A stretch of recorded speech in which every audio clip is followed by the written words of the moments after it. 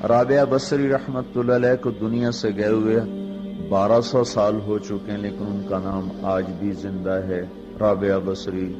گلگت کی عورتوں کو بھی پتہ ہے رابعہ بصری کوئی بڑی اعلیٰ درجے کی خاتون تھی، پنجاب کی عورت کو بھی پتہ ہے، عرب کی عجم کی عورتوں کو پتہ ہے رابعہ بصری نہ کوئی شہزادی تھی، نہ کوئی ملکہ تھی، نہ کوئی وہ خوبصورت تھی، نہ کوئی خاندانی تھی، بلکہ عورت ہونے کے لحاظ سے ہر عیب اس میں تھا۔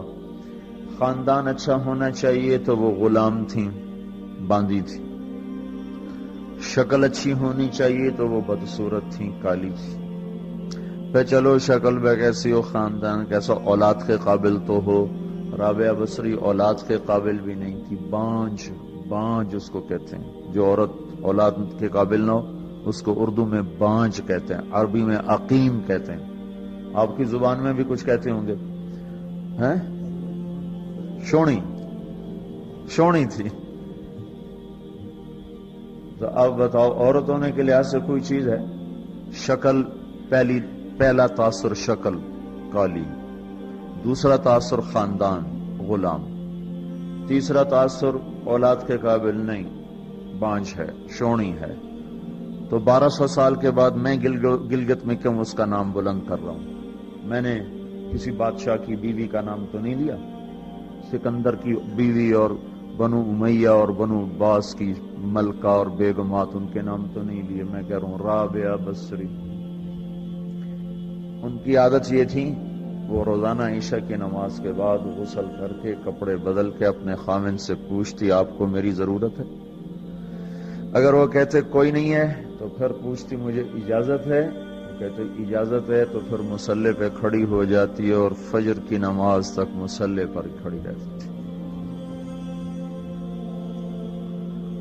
ان کا خاوند جلدی فوت ہو گیا، جوانی میں ہی بیوہ ہو گئی، تو حسن بصری بصرہ کے امام، کیا سارے مسلمانوں کے امام تھے، وہ خود آئے، خود چل کے آئے کہ میں آپ سے شادی کرنا چاہتا ہوں۔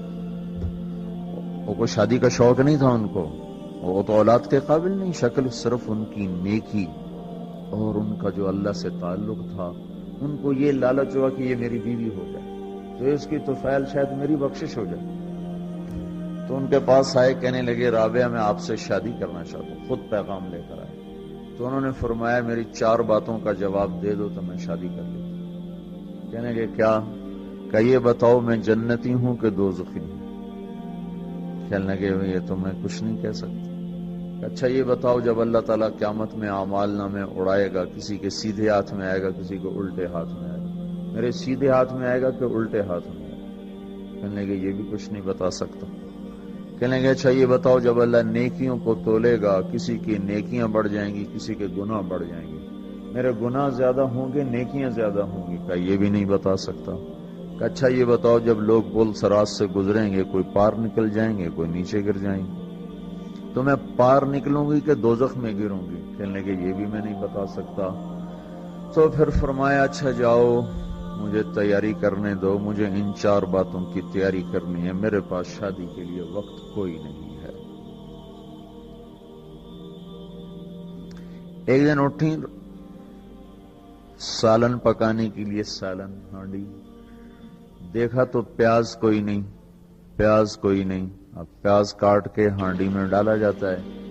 اب پریشان بیٹھی ہیں، نہ کوئی بیٹا، نہ بیٹی، نہ خامد، نہ بھائی، نہ کوئی خادمہ۔ تب سوچ میں پڑی پیاز کہاں سے لوں؟ اوپر سے ایک چیل اڑتی ہوئی جا رہی تھی، اس کے پنجوں میں پیاز تھا۔ جب وہ اوپر آئی ہے تو اس کے پنجے چھوٹے اور پیاز سیدھا رابعہ بصری کی گود میں آ کے گرا۔ جو ہم سے دوستی لگاتے ہیں ہم پرندوں کو ان کا خدمت گزار بنا دیتے ہیں، ہاں جو اللہ سے دوستی لگا لیتے ہیں اللہ دنیا ان کے لیے مسخر کر دیتے، اللہ دنیا ان کے پاؤں میں ڈال دیتے۔ تو جب ان کا انتقال ہوا، رات کو ان کا انتقال، تو اپنی خادمہ سے کہا بس 2-4 آدمی بلا کے مجھے جلدی سے دفن کر دو، کسی کو نہ بتاؤ، صبح لوگوں کو بتا دینا، اور مجھے کفن دینا میری وہ اس چادر میں جس میں میں تہجد پڑھا کرتی تھی۔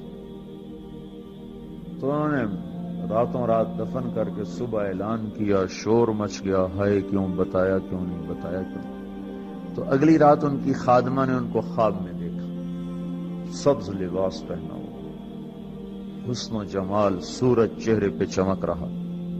پوچھا آپ کے ساتھ کیا ہوا؟ کہا میرے اللہ نے میرے ساتھ بہت عمدہ معاملہ کیا۔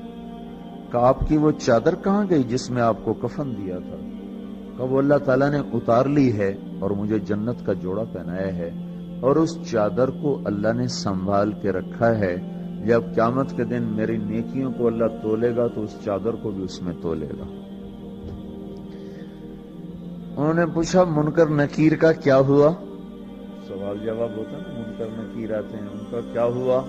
کہا وہ آئے تھے تو انہوں نے مجھ سے کہا من ربکی، تیرا رب کون ہے، تیرا رب کون ہے؟ تو میں نے منکر نکیر سے کہا جس اللہ کو 40 سال نہیں بھلایا اس کو 4 ہاتھ زمین کے نیچے آ کر میں بھول جاؤں گی۔ یہ نہیں کہا ربی اللہ ہے، بلکہ ان کو یوں کہا کہ جس رب کو 40 سال میں نہ بھلا سکی اس کو 4 ہاتھ زمین کے نیچے آ کر میں بھول جاؤں گی۔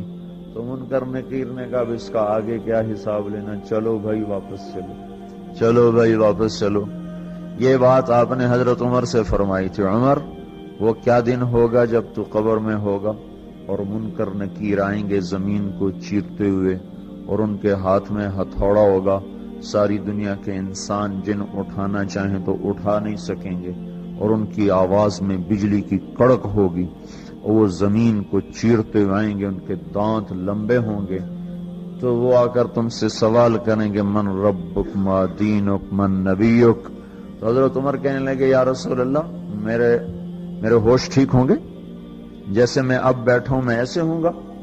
تو ہمارے نبی نے فرمایا ہاں تو ایسے ہی ہوگا جیسے تو اب